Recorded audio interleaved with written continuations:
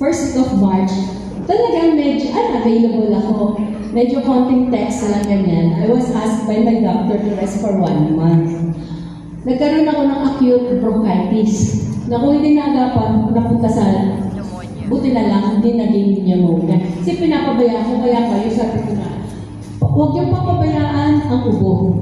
Ako pinapabayaan ko, hot ka naman silang ang ginagamot ko eh. Kasi hindi ako mahilig uminom ng gamot.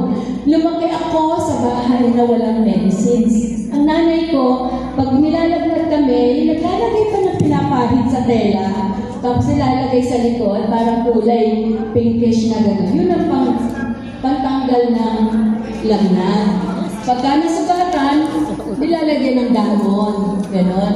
So, hindi talaga kami sanay uminom ng gamot. Ako hindi. So, nung nagkasakit ako, lang uminom. Ubo ng ubo. Hanggang sa hindi na ako halos makahinga because I have an asthma. Asthmatic kasi ako. So much for that. Ang nag-asikaso, palakpakan natin, si Gia Abesero. Si Rod Chidoro. Si May Caguiat. And of course, si Malu.